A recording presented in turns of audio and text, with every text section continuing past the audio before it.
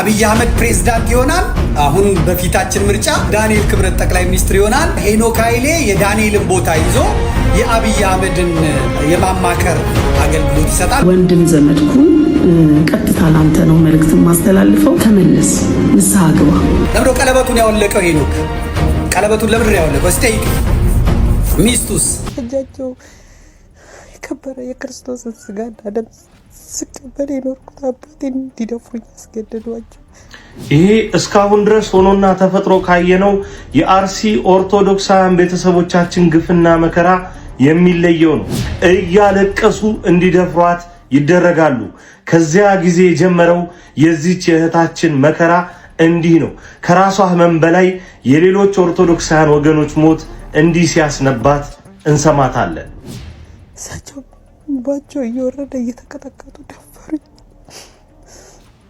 ዛሬ የሚገርም ያንን የመከራ ጽዋ በተቀበልኩ ዛሬ 6 ወር ሆኖኛል። የ6 ወር ነፍሰ ጡር ነኝ። በዚህ ሰዓት የታየ ቦጋለን የውሸት የወሬ ዘር ልናፈራርሰው ፈለግን።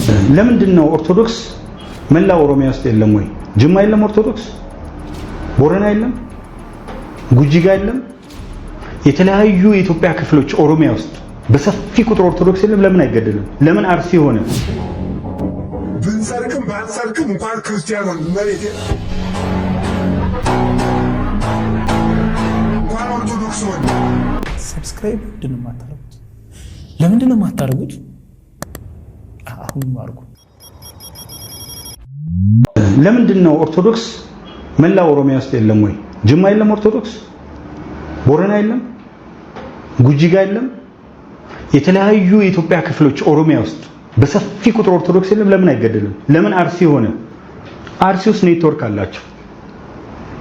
ከሰሜን ሸዋ ከተለያየ አቅጣጫ ዘሎ የሚመጣ አልፎ የሚመጣና እዛው የተቀመጠ ኔትወርክ አላቸው። ይሄ ኔትወርክ የዝቋላውን መነኩሴ ለምሳሌ የገደሏቸው ሟተዋዶች ናቸው። ጥያቄ የለውም። መንግስት ምን ያተርፋል?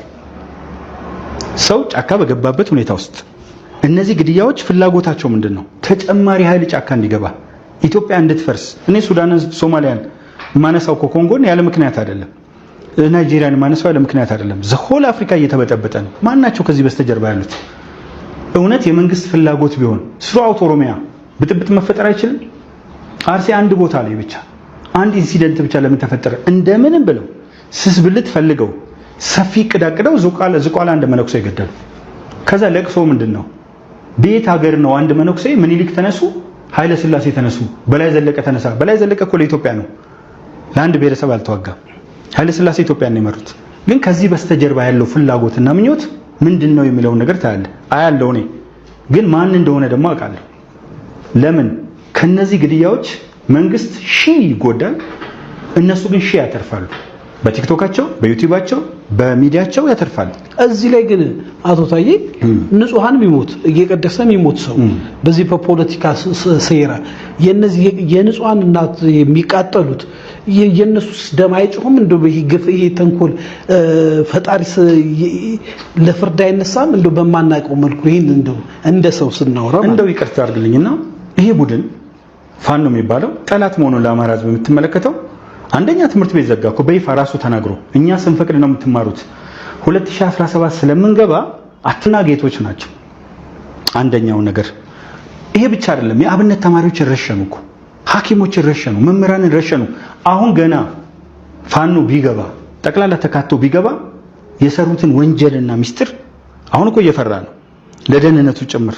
ህዝቡ ታፍኖ በሬን እየሰረቁ ነው፣ ጊደርን እየሰረቁ ነው። ራሱ አማራው እየተናገረ ነው። የሚዋጋቸው ደግሞ ማን ነው? አቶ ታዬ የሚሉት ይሄንን ኃይል የሚዋጋው ማን ነው? የአማራ ሚሊሻ። የአማራ ጸር ስለሆኑ የአማራ ሚሊሻ እየተዋጋቸው ነው። የአማራ ልዩ ኃይል እየተዋጋቸው ነው፣ ጸር ስለሆኑ። የአማራ አመራር ከባንዳው በስተቀር ሰፊው የአማራ አመራር እየተዋጋቸው ነው፣ እየረሸኑትም ነው ከክቡር ግርማይ ሽጥላ ጀምሮ። ስለዚህ እነዚህ ሰዎች ጩኸቱ ከፍየላው ጩኸት በላይ ነው። ፍላጎታቸው ምንድነው? እኔ አሁን ማጠንጠን የምፈልገው እንዴት አንተ ለአማራ ነው የምታገለው ብለህ የተለያየ ቦታ ጉዳት ይደርስብኛል ብለህ ኦሮሞን እንደ ማህበረሰብ ተሰብስበው አንበርክከን የአባታችን ምኒልክ ቤተመንግስት እንገባለን። ተመልከተው፣ አንድም ማህበረሰብ እኮ ነው። ከነዚህ ጋር እንዴት አድርገን ነው የምንቆመው? የታየ ቦጋለን የውሸት የወሬ ዘር ልናፈራርሰው ፈለግን። በአርሲ ሰማዕታት ወገኖቻችን ጉዳይ በምንም አይነት ሁኔታ ቅይጥና የውሸት ታሪክ እንዲከሰት በፍጹም አንፈቅድም። እናንተ በምትመዘግቡት ታሪክ ትክክል እኛም ደግሞ እየተከታተልን እውነትን እንገልጣለን። ይህንን እንድትሰሙልኝ መጀመሪያ ቀድሚያው ለምንድን ነው ኦርቶዶክስ መላ ኦሮሚያ ውስጥ የለም ወይ? ጅማ የለም ኦርቶዶክስ? ቦረና የለም? ጉጂጋ የለም? የተለያዩ የኢትዮጵያ ክፍሎች ኦሮሚያ ውስጥ በሰፊ ቁጥር ኦርቶዶክስ የለም? ለምን አይገደልም? ለምን አርሲ ሆነ? አርሲ ውስጥ ኔትወርክ አላቸው። ከሰሜን ሸዋ ከተለያየ አቅጣጫ ዘሎ የሚመጣ አልፎ የሚመጣና እዛው የተቀመጠ ኔትወርክ አላቸው። ይሄ ኔትወርክ የዝቋላውን መነኩሴ ለምሳሌ የገደሏቸው ማተዋዶች ናቸው። ጥያቄ የለውም። መንግስት ምን ያተርፋል? ሰው ጫካ በገባበት ሁኔታ ውስጥ እነዚህ ግድያዎች ፍላጎታቸው ምንድነው? ተጨማሪ ኃይል ጫካ እንዲገባ፣ ኢትዮጵያ እንድትፈርስ። እንግዲህ ስትጸልዩ አንድ ጸሎትን አትርሱ። ጌታ ሆይ እባክህ ሆዴና ጭንቅላቴ እንዳይገጥም አደራ ማለትን ባትረሱ ደስ ይለኛል። እንደዚህ ሰው ማለት ነው። ይህ ሰው ጭንቅላቱና ሆዱ ገጠመና ሆዱ ጭንቅላቱን ማዘዝ ጀመረ። ተመልከቱ። ትላንት ለትችት እንኳን የማይጋብዝ እጅግ ሲተነትን እጅን በአፍ የሚያስጭን ሰው ዛሬ ይህ ወርዶ እንደዚህ አሸርጋጅ ልወደድ ባይሆኑ ሲተርክ ስታዩት እጅግ በጣም ይገርማል። የአርሲ ሰማዕታት ወገኖቻችንን በተመለከተ ነገ ጥርት ያለ መረጃን አስደምጣቸዋለሁ። እስካሁን ካየናቸው ማስረጃዎች እጅግ በጣም የሚሰቀጥጠውና ሁላችንም ልንረሳው የማንችል በቁም ሆኖ ለካ ከሞተም በላይ እንደዚህ መታወስ ይችላል ትላላችሁ። ያኔ አንተም አብረህ ትሰማለህ። ነገር ግን በዝቋላ ገዳም አባቶቻችን ግድያ አንድ ገዳም አባት አለ። ተመልከቱ። በሁለት ተከታታይ ዓመታት ምን ያህል መነኮሳት አባቶች ተገድለዋል የሚታወቅ ነው። እንኳን አንተ የኤታማዦር ሹሙም ያልካደ እውነት ነው። አንዳንዴ ስናለቀልቅ እባካችሁ በቅጡ ብናለቀልቅ እጅግ በጣም መልካም ነው። እንዴት ያጸይፋል። ሙሉ ንግግሩን ምናልባት ተከታትላችሁ ለመታዘብ ከፈለጋችሁ ፕሮፋይላችን ስር የቴሌግራም ሊንክ አለ፣ ተጭናችሁ ሂዱ። የኮፒ ሊንክ ግሩፕ ነው፣ በዛው ተቀላቀሉት። እዛ ሙሉ ቪዲዮ ተለቋል፣ እንድትሰሙት ይሁን። ነገ በሌላ ቪዲዮ እንገናኝ። እጃቸው የከበረ የክርስቶስን ስጋና ደም ስቀበል የኖርኩት አባቴን እንዲደፍሩኝ ያስገደዷቸው። ይሄ እስካሁን ድረስ ሆኖና ተፈጥሮ ካየነው የአርሲ ኦርቶዶክሳውያን ቤተሰቦቻችን ግፍና መከራ የሚለየው ነው። እጅግ ቢያሳዝንም የሚያለቅስ ኢሞጆ ባለመጠቀም መልእክቱን ለብዙዎች በማድረስ ብዙዎች ልቦና ውስጥ እንዲጻፍ ታደርጉልኛላችሁ። ልባችን እዚህና እዚያ እየወላወለ በወገኖቻችን ላይ የሚደርሰው ግፍና መከራን ቁብ ሳንሰጥ ለምንዘልለውላችን ይህ ትልቅ መልእክት ነው ብዬ አስባለሁ። እህታችን ወለተ ማርያም ከምትኖርበት ምዕራብ አርሲ ሀገረ ስብከት ከሌሎች ከ37 ታጋቾች ጋር በመወሰድ ከመካከል የነበሩት አንድ ካህን አባት ተገደው ተደብድበው ተቀጥቅጠው እያለቀሱ እንዲደፍሯት ይደረጋሉ። ከዚያ ጊዜ የጀመረው የዚች የእህታችን መከራ እንዲህ ነው። ከራሷ ህመም በላይ የሌሎች ኦርቶዶክሳውያን ወገኖች ሞት እንዲህ ሲያስነባት እንሰማታለን። እሳቸው እንባቸው እየወረደ እየተቀጠቀጡ ደፈሩኝ። ዛሬ የሚገርም ያንን የመከራ ጽዋ በተቀበልኩ ዛሬ 6 ወር ሆኖኛል። የ6 ወር ነፍሰ ጡር ነኝ በዚህ ሰዓት እና በቃ እንዲህ ነው ብዬ ለመናገር ራሱ እጅግ በጣም ይከብደኛል። ወንድሜ በጣም ነው የሚከብደኝ። በየቀኑ ክርስቲያን እየሞተ ነው። በየቀኑ በቀን ነው የምነግርህ። በቀን ሳይሞት አድሮ አያውቅም። ይሄ ለገዛ መከራችን አልሸነፍ ላለው ልባችን ትልቁ የማንቂያ ደውል ነው። እህታችንን ተመልከቷት። በሆዷ ከያዘችው ልጅ በላይ ትታ ከተሰደደቻቸው ልጆቿ ናፍቆት በላይ የሌሎች ወገኖቿ ሞትና የቤተ ክርስቲያን መከራ በእጅጉ ሲያስጨንቃት እናያለን። ዛሬ ግፍና መከራችንን ከወዲና ከወዲያ እያላተምን ትርጉም በሌለው ቅኔ የጠመድን ብዙዎች አለንና አሁንም ግፍና መከራችንን እንደ ራሄልና እንደ ነህምያ ተመልክተን ትክክለኛ ሰዎች እንሁን። ክርስትና ዝም ብሎ የሚነበነብ የሚነገር ሳይሆን በልብ የሚኖር በነፍስ ደግሞ የሚተነፈስ ነው። ለአርሲ ኦርቶዶክሳውያን ወገኖቻችን እባካችሁ ፊርማ ፈርሙ ብለን በአሁኑ ሰዓት የፈረመውን ሰው ተመልከቱ። እባካችሁ ፈርሙ የምንላችሁ ለዚህ አይነት ግፍና መከራ ዓለም አቀፍ ዕውቅና በማሰጠት ልዩ እንቅስቃሴ ለማድረግ ነው። 100ን መስራት ያቃተው ሰው እንዴት ነው 10ን የሚንቀው? 10ን አትናቁ። በሁለት እግራችን ቆመን እንድንሰራ አድርጉን። በጋራ እንስራ፣ እንተባበር። በኦርቶዶክሳዊነት ትንፋሽ እንተንፍስል እለምናችኋለሁ።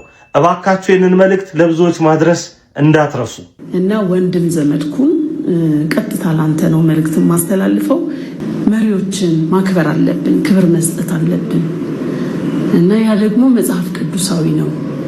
ፕሊዝ ካም ባክ፣ ተመለስ፣ ንስሐ ግባ።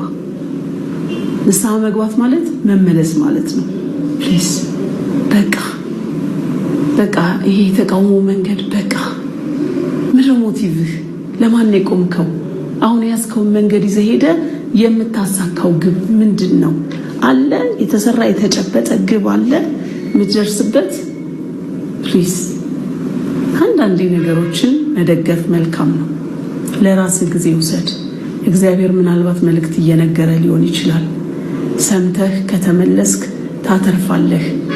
እንደ ድሮህ በስመ አብ ወወልድ ወመንፈስ ቅዱስ ብለህ ጀምረህ በስመ አብ ወወልድ ወመንፈስ ቅዱስ ብለህ እንድጨርስ ነው የምፈልገው እኔ።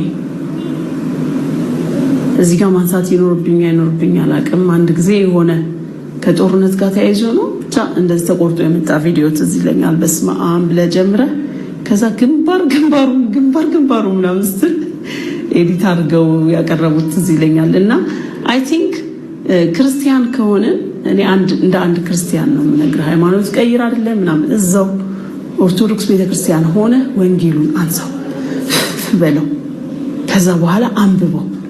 ከዛ የብዙ ህዝብ ጆሮና አይን ተከፍቶልሃል አይደል? ወንጌል አስተምር እና ብዙ ልክ አሁን ወንድም ሄኖክ እንደሚያደርገው አንተም ደግሞ የራስህን ህዝቡ ወደ ሃይማኖት እንዲመለስ ወደ ወንጌል እንዲመለስ የራስህን አስተዋጽኦ አበርክት። ለቤተ ክርስቲያን ዝማሬ በመስጠት በጣም ብዙ አበርክቶ እንዳለህ ባለፈው ስትናገር ሰምቻለሁኝ። እና ይብቃ ወንድምዬ። በዚህ አጋጣሚ አይዊሽን አንድ ቀን አገር ተመልሰህ ብትገባ እመኛለሁ። አንተም ብቻም አይደል። በዚህ አጋጣሚ በአንድ ድንጋይ ሁለት ወፍ የሚባል ተረት አለ እና ምናልባት እኔ ዛሬ በአንድ ድንጋይ ሶስት ወፍ ልምታና መልእክት ማስተላለፍ ፈልጋለሁ። አንደኛ ለአንተ፣ ከዛ ሁለተኛ ለኦርቶዶክስ ቤተክርስቲያን፣ ሶስተኛ ለኦርቶዶክስ ቤተክርስቲያንና ለወንጌላውያን ሁለተኛ ይሁንልኝ፣ ሁለቱም ክርስቲያን ስለሆኑ። ሶስተኛው ለመንግስት። ኦኬ፣ በአንድ ድንጋይ አራት ወፍ እንዳይሆንብኝ እና እኛ አብረን እንደዚህ ማች አንድ ላይ የሚያደርጉን ነገሮች ላይ አብረን ብንቆም እዝናት ቢግ ዲል።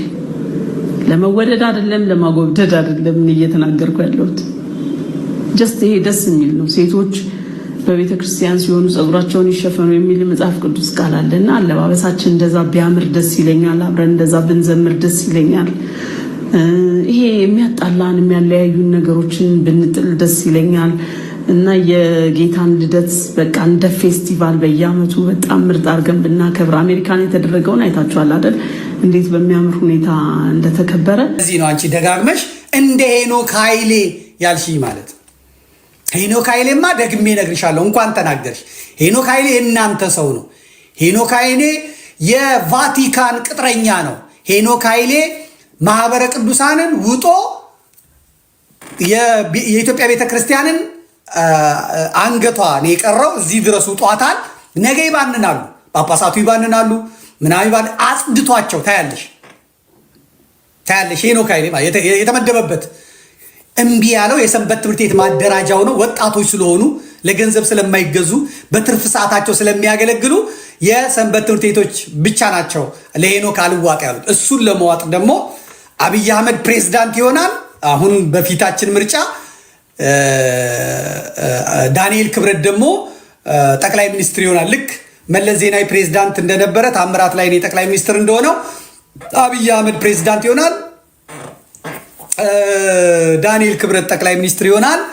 የአማራ ውክልና ውጭ ጉዳይ ሚኒስቴርን ይወስዳል። ከዛ በኋላ ሄኖክ ኃይሌ የዳንኤልን ቦታ ይዞ የአብይ አህመድን የማማከር አገልግሎት ይሰጣል። ኮች እያደረጋችሁት አብርሃ ፋሚሊ እያሰለጠነ ያለው እያዘጋጀ ያለው ሄኖክን ለምን እንደሆነ እናውቃለን። ለምን እንደሆነ እናውቃለን። ለምን ቀለበቱን ያወለቀው ሄኖክ ቀለበቱን ለምን ያወለቀው ሲጠይቂው ሚስቱስ ምንድናት? ማናት? ብዙ አታናግሪ። ኦሪገን ያለችዋ ምንድናት?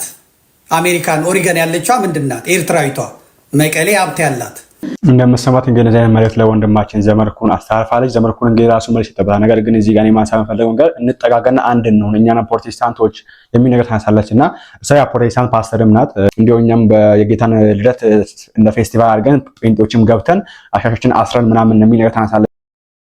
የሚጠላ ክርስቲያን የለም። ኦኬ ዝማሬ የአምልኮ አንድ አካል ስለሆነ ዲያቆን ሄኖክም መምህር ስለሆነ ክነት ያለ ሰው ስለሆነ እሱም የሚጠላ ካለም አለ ብዬ አላስብም። እስቲ ዲያቆን ሄኖክ ማን ነው ዘመርኩን ስለ አስቴር በዳኔ ሐሳብ እንመልከት እና መልእክቱን ያው በጽሞና ነው የሰማሁት፣ ግን መለየት አቃተኝ በእውነት እኔ አስቱካን ሳውቃት ጠቆር ያለች በጣም ጠቆር ያለች እና በእውነት አሁን ግን ምንድነው እሹን የሆነችው? ይሄ ቡቶክስ አይመስለኝም፣ ግን በእውነት ይሄን ሳላደንቅ አላልፍም። በጣም ነው የተለወጠችብኝ እና የመድኃኒዓለም ያለ ጊዜው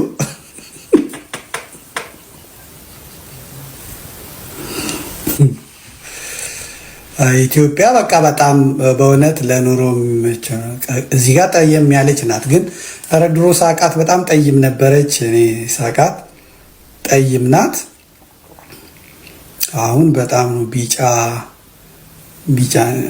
ነው የሆነች። ያዝልኝ እዚህ ጋር ቢጫ ነው የሆነችው በእውነት እንትኗ ራሱ እዚህ ጋር ጡት ማስያዣውን ላይ ያስፈልገዋል። አስቱ አንቺ በዚህ ይሄን የመሰለ ምቾት ውስጥ ልክ የድሮ አዳነች አቤቤ ድሮ እናቃታለን። እውነት አሁን ያለችው አዳነች አቤቤ አይደለችም። ያው ዘመን ይለወጣል፣ ምቾት ድሎት ሲመጣ እንትን ይላል እና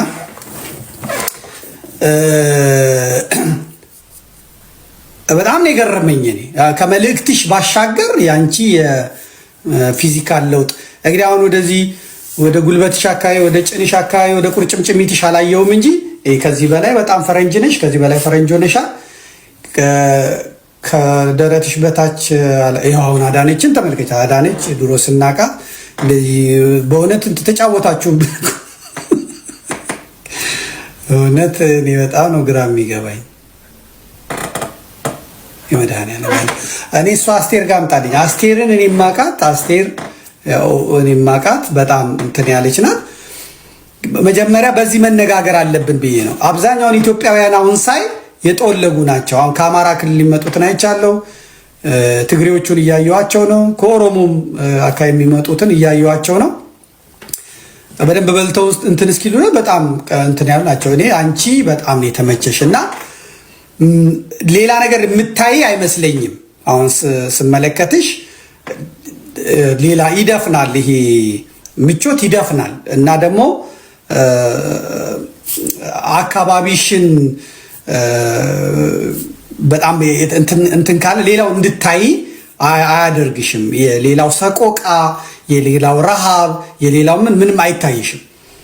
እንግዲህ እስከ ደደቢት ዋሻ ድረስ ህወሓቶች ይዘውሽ ሄደው እንድትናገሪ እድል የሰጡሽ እንድትናገሪ ያደረጉሽ እና ያየሽ ብዙ ጊዜ ደግሞ ብዙ ጠንካራ የሆኑ ሙግቶችን ታደርጊ የነበረ ነው። እኔ ከአብይ አህመድ ጋር ባለ ግንኙነት የነበራችሁን ግንኙነት እናንተ ናችሁ የምታውቁት። ሀሜት ነው፣ ወሬ ነው፣ ስለሱ አያገባኝም። እኔን ግን እኔ የደነቀኝ ከመልእክቱ በፊት እኔ ያንቺ ኑሮ ያንቺ ህይወት እንደዚህ ስላማረልሽ እዚህ ህዝብ መከራ በሚበላበት ሀገር ነጋዴው ባለጸጋው በጭንቀት ተወጥሮ ከሰውነት ተራ በወጣበት ምድር ላይ መካከለኛ ገቢ የሚባለው ሰው ሁሉ ነገር አጥቶ እንደ እብድ በሆነበት ሀገር ላይ እግዚአብሔር መቼ ነው ይሄንን ከዚህ አዘቅት የሚያወጣም ብለው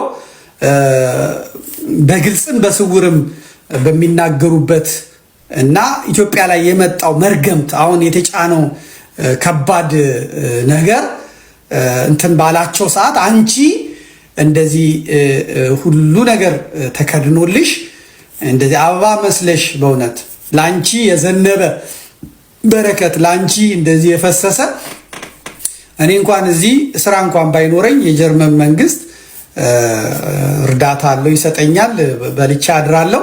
ለሌሎቹ ይድረስላቸው። በእውነት አንቺን የጎበኘ እና ለአንቺ ሰላም የሰጠ እንትን እውነት የሚገርም ነው እና እሱ ደንቆኛል። እኔ ወደ መልእክቱ ስንመጣ መልእክቱ ንስሐ ግባ ነው ያልሽኝ። ንስሐ የምገባው ደግሞ ስርዓቱን ስለተናገርኩ ነው እና መጽሐፍ ቅዱስን ያለ አግባብ ያለ ቦታው ስለምንጠቅስ ነው። መጥምቀ መለኮት ለአስተዳደር ለገዢዎች ተገዙ የሚባለው ለጨቋኞች አይደለም። ምህረት ለሚያውቁ፣ ልማት ለሚያውቁ፣ አስተዳደር ለሚያውቁ፣ ፍትህ ለሚያሰፍኑ፣ ለሚደክሙ አግዟቸው፣ እርዷቸው፣ ጸልዩላቸው ይባላል። እንጸልያለንም። እንኳን እሱ ሆኖ አሁን እንኳን ለዚህ አራጅ መንግስት የኢትዮጵያ ኦርቶዶክስ ተዋሕዶ ቤተክርስቲያን ትጸልያለች። እያረዳት እያቃጠላት መነኮሳቷን ገዳማቷን እያነደደ ጸልያለች። በስርዓተ ቅዳሴዋ ላይ ቤተክርስቲያን ለሀገሪቱና ኢትዮጵያ ጸልዩ እያለች ለሀገሪቱና ኢትዮጵያ ያለች ጸልያለች። አግር ጸራ ወታተ ገሪሃ ጠላቶቿን ሁላ አጥፋላት፣ ከእግሮቿ በታች አስገዛላት እያለች ቤተክርስቲያን ትጸልያለች። ምክንያቱም ሀገር የሰራች ናት። ሀገር እናንተ እንደምትሰድቧት፣ እናንተ አፋችሁን እንደምትከፍቱባት፣ እንደምታላቅቁባት አይደለችም የኢትዮጵያ ቤተክርስቲያን ማለት ነው። ቤተክርስቲያን ትጸልያለች። ለመንግስት ያስገድላል እኮ። ለምሳሌ የሄሮድስን ታሪክ ታውቃለህ? ሄሮድስ ገዢ ነው፣ ንጉስ ነው፣ መንግስት ነው። ባጠፋ ጊዜና በበደለ ጊዜ ግን መጥምቀ መለኮት ቅዱስ ዮሐንስ ነው አይደል ፊቱ ቆሞ የገሰጸው ማለት ይሄን ልታደርግ አይገባም ማለት። ስለዚህ ወስዶ አሰረው። ከዛ ዘፋኙ መጣ ዘፈነች። ምን ሊሸልምኝ ሲባል የእናቷን ውሽማ ነውና እሱ ቅዱስ ዮሐንስ ተነገረ። እናቷ አንገቱን ቆርጠ ስጠኝ በይዋለችው። ከዛ እሱ እያዘነ አንገቱን ቆርጦ የቅዱስ ዮሐንስን ሰጠው። ታለቀ። ዋጋ ያስከፍላል። የወንድምህን ሚስት ማግባት አትችልም የሚል ቃል ስለተናገረው ብቻ ማለት ነው ያስገድላል። ብንሰርቅም ባንሰርቅም እንኳን ክርስቲያን መሬት እንኳን ኦርቶዶክስ ሆነ